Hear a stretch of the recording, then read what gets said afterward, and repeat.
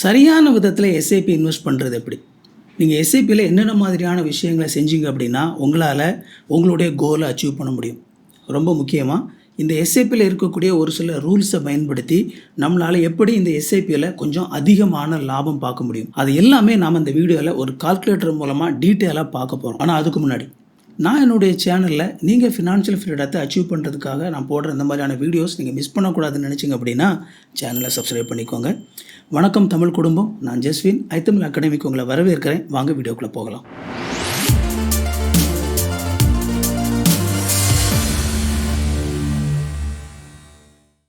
ஒரு எஸ்ஐபி நீங்கள் சக்ஸஸ்ஃபுல்லாக பண்ணுறதுக்கு முதலாவது அடிப்படை தேவை என்ன அப்படின்னா உங்களுடைய இலக்கு. நீங்கள் எதுக்காக எஸ்ஐபி பண்ணுறீங்க அப்படிங்கிறது தெளிவாக தெரிஞ்சிருந்தால் மட்டும்தான், அல்லது உங்களுக்கு எத்தனை வருஷம் கழித்து என்ன செய்கிறதுக்காக பணம் தேவை அப்படிங்கிற அந்த இலக்கு சரியாக தெரிஞ்சால் மட்டும்தான் உங்களால் நீங்கள் ஸ்டார்ட் பண்ணுற இந்த எஸ்ஐபியில் சக்ஸஸ்ஃபுல்லாக எஸ்ஐபியை பண்ண முடியும். இப்போ உதாரணத்துக்கு நான் இந்த கால்குலேட்டரில் ஒரு சில இலக்குகளை போட்டிருக்கிறேன். ஒரு கார் வாங்கணும், ஒரு 10 லட்ச ரூபா மதிப்புள்ள ஒரு கார் எனக்கு வாங்கணுங்க 10 வருஷம் கழித்து, அது ஒரு இலக்காக இருக்கலாம். ஒரு 10 வருஷம் கழித்து ஒரு 50 லட்ச ரூபாய்க்கு ஒரு வீடு கட்டணுங்க, அது ஒரு இலக்காக இருக்கலாம். உங்களுடைய எஜுகேஷனுக்கு 10 வருஷம் கழித்து உங்களுக்கு 20 லட்ச ரூபாய் தேவை அப்படிங்கிற ஒரு இலக்கு இருக்கலாம். இந்த மாதிரி வெவ்வேறு விதமான இலக்குகள் உங்களுக்கு இருக்கலாம். 2 விஷயம் ரொம்ப முக்கியமானது. உங்களுக்கு எத்தனை வருஷம் கழித்து இந்த பணம் தேவை, எவ்வளவு பணம் தேவை, இந்த 2 விஷயமும் அக்யூரேட்டாக தெரிஞ்சால் மட்டும்தான் உங்களால் சக்ஸஸ்ஃபுல்லாக எஸ்ஐபி பண்ண முடியும். ஸோ அதை கண்டுபிடிக்கிறதுக்கு நாம் இந்த கால்குலேட்டர் மூலமாக ரொம்ப ஈஸியாக கண்டுபிடிக்கலாம். இப்போ இந்த வீடியோக்காக கார் வாங்கணும் அப்படிங்கிற ஒரு அப்ஜெக்டிவாக நான் செலக்ட் பண்ணிக்கிறேன். இப்போ எனக்கு இன்றைக்கு உள்ள வேல்யூ படி ஒரு 10 லட்ச ரூபாய் மதிப்புள்ள ஒரு கார் எனக்கு 10 வருஷம் கழித்து வேணும் அப்படிங்கிற எனக்கு ஒரு ஆசை இருக்குது. அப்போது நான் யோசிக்க வேண்டியது என்ன அப்படின்னா, இன்னொரு 10 வருடங்கள் கழித்து இதே மாதிரி லெவலில் இருக்கக்கூடிய ஒரு காருடைய மதிப்பு எவ்வளவாக இருக்கும் அப்படிங்கிறத கரெக்டாக கால்குலேட் பண்ணணும். அதாவது இன்ஃப்ளேஷன், நம்ம இதுக்கு முன்னாடி உள்ள வீடியோவில் பார்த்தபடி நம்மளுடைய கால்குலேஷனில் இந்த இன்ஃப்ளேஷனை நாம் இன்க்ளூட் பண்ண மறக்கிறனால நம்ம தப்பாக கால்குலேட் பண்ணிடுறோம். ஸோ அப்போ எனக்கு ஒரு 10 லட்ச ரூபாய் மதிப்புள்ள கார் 10 வருஷம் எனக்கு கழித்து வேணும் அப்படின்னா எனக்கு எவ்வளவு பணம் தேவைப்படும் அப்படிங்கிறத முதலாவது நான் கால்குலேட் பண்ணணும். அப்படி கால்குலேட் பண்ணும்போது நம்முடைய இந்தியாவில் 6% பணவீக்கம் இருக்குதுங்க, ஒரு வருஷத்துக்கு தோராயமாக இருக்குது. அதை அடிப்படையாக வச்சு நான் பணவீக்கத்தை கணக்கிடுறேன்.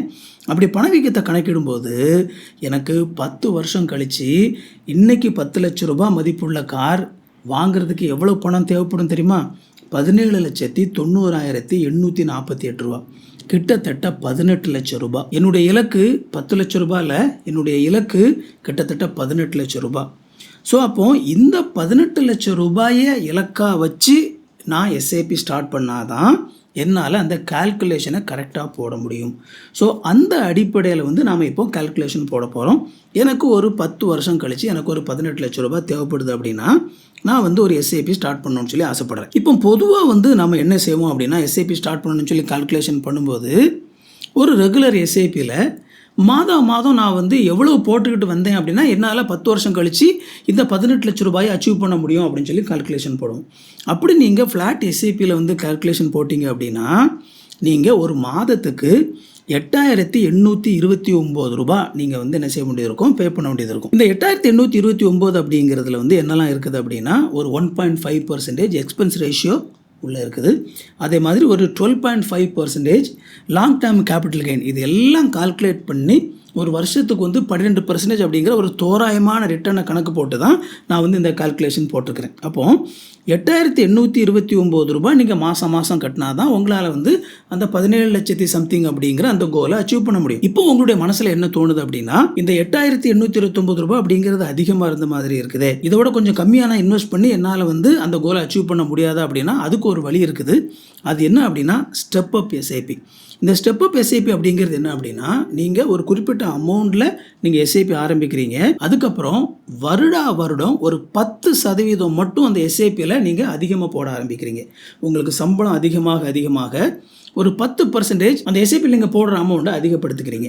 ஸோ அந்த மாதிரி ஸ்டெப் அப் எஸ்ஐபி நான் கால்குலேட் பண்ணும்போது இம்மீடியட்டாக நான் ஆரம்பிக்கக்கூடிய அமௌண்ட் எவ்வளவு குறையுது அப்படின்னு சொல்லி பாருங்கள், 5,972 ரூபாய். ஸோ நீங்கள் ஃப்ளாட் எஸ்ஐபி எந்த சேஞ்சும் இல்லாமல் போட்டிங்க அப்படின்னா 8,829 ரூபாய் மாதம் கட்ட வேண்டியது இருக்கும்.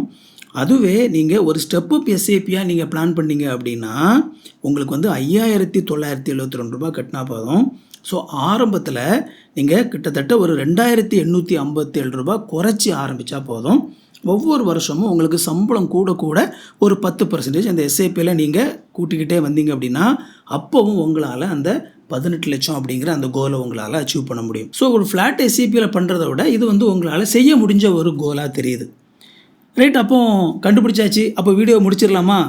இல்லைங்க, ஆக்சுவலாக இன்னும் ஒரு சில விஷயங்களை செய்கிறதன் மூலமாக நீங்கள் மாதம் கட்டுற அந்த அமௌண்ட்டை குறைக்க முடியும். அது எப்படின்னு சொல்லி இப்போ பார்க்கலாம். இது வரைக்கும் இந்த வீடியோவை பார்த்துட்டிங்க அப்படின்னா இந்த வீடியோ உங்களுக்கு ரொம்ப பயனுள்ளதாக இருக்குதுன்னு சொல்லி அர்த்தம். அப்படின்னா என்னுடைய சேனலில் நான் போட போகிற மற்ற வீடியோக்களும் கண்டிப்பாக உங்களுக்கு பயனுள்ளதாகத்தான் இருக்கும். இந்த வீடியோவை லைக் பண்ணிக்கோங்க, ஹைப் பண்ணி விடுங்க, சேனலை சப்ஸ்கிரைப் பண்ணிக்கோங்க, நம்ம கண்டினியூ பண்ணலாம். இப்போது நீங்கள் வழக்கமாக வந்து பார்த்தீங்க அப்படின்னா ரெகுலர் ஃபண்டில் வந்து நீங்கள் போடுவீங்க. அதுக்கு பதிலாக டைரக்ட் ஃபண்டில் போடுறது மூலமாக கணிசமான ஒரு தொகையை உங்களால் மிச்சப்படுத்த முடியும். இப்போது ரெகுலர் ஃபண்ட்னா என்ன, டைரக்ட் ஃபண்ட்னா என்ன அப்படின்னு சொல்லி தெரியாதவங்களுக்கு ரொம்ப சிம்பிளாக நான் வந்து இதை எக்ஸ்பிளைன் பண்ணிடுறேன். ரெகுலர் ஃபண்ட் அப்படிங்கிறது என்ன அப்படின்னா ஒரு ஏஎம்சி, அதாவது அசெட் மேனேஜ்மெண்ட் கம்பெனி வந்து அவங்க மியூச்சுவல் ஃபண்ட் ஆரம்பிச்சிருப்பாங்க. அதை இன்னொருத்தர் வந்து உங்களுக்கு விற்பாங்க. அது ஒரு பிளாட்ஃபார்மாக இருக்கலாம் அல்லது வந்து ஒரு புரோக்கராக இருக்கலாம். அந்த மாதிரி இன்னொருத்தர் மூலமாக நீங்கள் வந்து அந்த மியூச்சுவல் ஃபண்டில் இன்வெஸ்ட் பண்ணுவீங்க. அப்படி இன்வெஸ்ட் பண்ணுறதுல இருக்கக்கூடிய பிரச்சனை என்ன அப்படின்னா அந்த அசெட் மேனேஜ்மெண்ட் கம்பெனி அவங்க வந்து உங்களுக்கு இந்த பொருளை வந்து விற்று கொடுக்க நடுவில் ஒரு புரோக்கர் ஒருத்தர் இருக்காங்கல்ல, அவங்களுக்கும் கமிஷன் கொடுக்கணும். அப்படி கமிஷன் கொடுக்க வேண்டியது இருக்கிறனால பொதுவாக ரெகுலர் ஃபண்டில் வந்து பார்த்தீங்க அப்படின்னா இந்த எக்ஸ்பென்ஸ் ரேஷியோ அப்படிங்கிற விஷயம் அதிகமாக இருக்கும். 1.5%லேருந்து 2.5% வரைக்கும் அதிகமாக இருக்கிறதுக்கான வாய்ப்பு இருக்குது. டைரக்ட் ஃபண்ட் அப்படிங்கிறது என்ன அப்படின்னா எந்த ஏஎம்சி அசெட் மேனேஜ்மெண்ட் கம்பெனி அந்த மியூச்சுவல் ஃபண்டை நடத்துகிறாங்களோ அவங்கக்கிட்டே நீங்கள் டைரெக்டாக வாங்குறது. அப்படி வாங்கும்போது அந்த அசெட் மேனேஜ்மெண்ட் கம்பெனி வேறு யாருக்கும் கமிஷன் கொடுக்க வேண்டிய அவசியம் இல்லை. அப்படிங்கிறனால பொதுவாக உங்களுக்கு இந்த எக்ஸ்பென்ஸ் ரேஷியோ அப்படிங்கிறது 0.5% அப்படிங்கிற அளவில் தான் இருக்கும். ஸோ அந்த மாதிரி ஆகிறனால உங்களுக்கு வந்து இது எல்லாம் ஒரு வருஷத்துக்கு வந்து உங்களுக்கு ஒரு குறிப்பிட்ட அமௌண்ட் அதில் மிச்சமாகும். அப்படிங்கிறனால உங்களால் வந்து எவ்வளோ மிச்சம் பிடிக்க முடியும் அப்படின்னா நீங்கள் ரூ. 5,972 மாதம் கட்டுறதுக்கு பதிலாக ரூ. 5,697 ஆரம்பித்தா போதும். அதில் ஆரம்பித்து அதுக்கப்புறம் ஒரு வருஷத்துக்கு ஒரு முறை 10% இன்க்ரீஸ் பண்ணாலும் உங்களால் அதே கோலை அச்சீவ் பண்ண முடியும். இப்போ தான் ரொம்ப இன்ட்ரெஸ்டிங்கான ஒரு பார்ட்டுக்கு வரோம். இது மட்டும் இல்லைங்க, இன்னும் ஒரு சின்ன ட்ரிக் ஒன்று இருக்குது. அந்த ட்ரிக்கை வந்து நீங்கள் பயன்படுத்துறதன் மூலமாக நீங்கள் இன்னும் வந்து மாதம் எவ்வளவு காசு கொடுக்கணும் அப்படிங்கிறத குறைக்க முடியும். ஸோ டேக்ஸ் ஹார்வெஸ்டிங் அப்படிங்கிற ஒரு விஷயம் இருக்குது. அதாவது இந்திய அரசாங்கம் இந்த மாதிரியான மியூச்சுவல் ஃபண்டு மூலமாக வந்து நமக்கு வரக்கூடிய கேபிட்டல் கெயின் இருக்குது இல்லையா, அந்த கேபிட்டல் கெயினுக்கு ஒவ்வொரு வருஷமும் ரூ. 1,25,000 வரைக்கும் வரி விலக்கு அளிக்குது. அதாவது அந்த மியூச்சுவல் ஃபண்டு மூலமாக சம்பாதிக்கிற அந்த லாபம் நீங்கள் வந்து ஒரு ரூ. 1,25,000 வரைக்கும் அந்த லாபத்துக்கு வந்து நீங்கள் எந்த டேக்ஸும் கட்ட வேண்டியதில்லை. அதுக்கு மேலே நீங்கள் அதிகமாக சம்பாதிக்கிற பணத்துக்கு தான் நீங்கள் அரசாங்கத்துக்கு லாங் டேர்ம் கேபிட்டல் கெயின் 12.5% நீங்கள் கட்டணும்.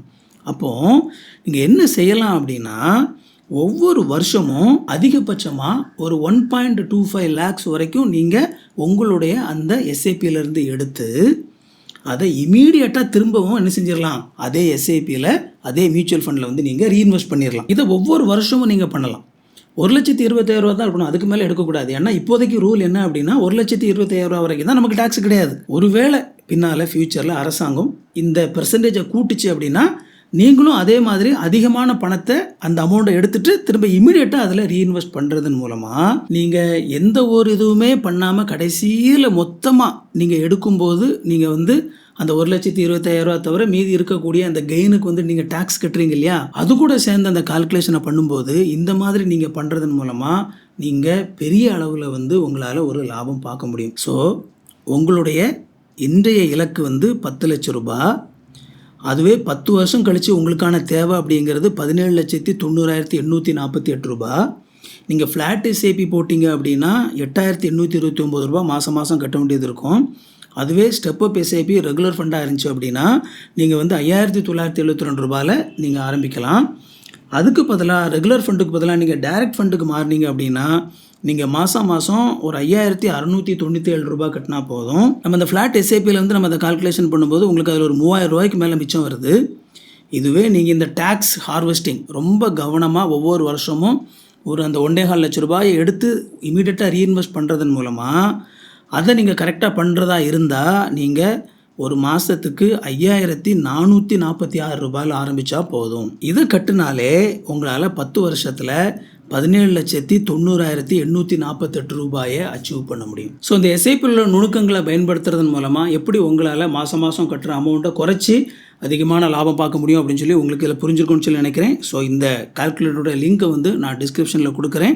நீங்கள் உங்களுக்கு என்ன அமௌண்ட் தேவை அப்படின்னு சொல்லி கூட நீங்கள் கரெக்டான ஒரு அமௌண்ட் கூட போட்டு நீங்கள் கால்குலேட் பண்ணி பார்த்துக்கலாம். இந்த வீடியோ உங்களுக்கு ரொம்ப பயனுள்ளதாக இருந்திருக்கும் அப்படின்னு சொல்லி நம்புகிறேன். இந்த மாதிரி இன்வெஸ்ட்மெண்ட்டில் இன்ட்ரெஸ்ட் உள்ள உங்களுடைய நண்பர்கள் உறவினர்களுக்கு இந்த வீடியோ பயனுள்ளதாக இருக்கும்னு நினச்சிங்க அப்படின்னா அவங்களுக்கு இந்த வீடியோவை ஷேர் பண்ணி விடுங்க. உங்களுடைய சந்தேகங்களை கருத்துக்களை கமெண்ட்டில் சொல்லுங்கள். நான் உங்களுக்கு பதில் சொல்கிறேன். இந்த வீடியோவை லைக் பண்ணிக்கோங்க, ஹைப் பண்ணி விடுங்க, சேனலை சப்ஸ்கிரைப் பண்ணிக்கோங்க. உங்களுக்கு நோட்டிஃபிகேஷன் வேணும்னு நினச்சிங்க அப்படின்னா அந்த பெல் பட்டனை கிளிக் பண்ணிக்கோங்க. இன்னொரு சூப்பரான வீடியோவில் சந்திப்போம் friends. Thank you. God bless you.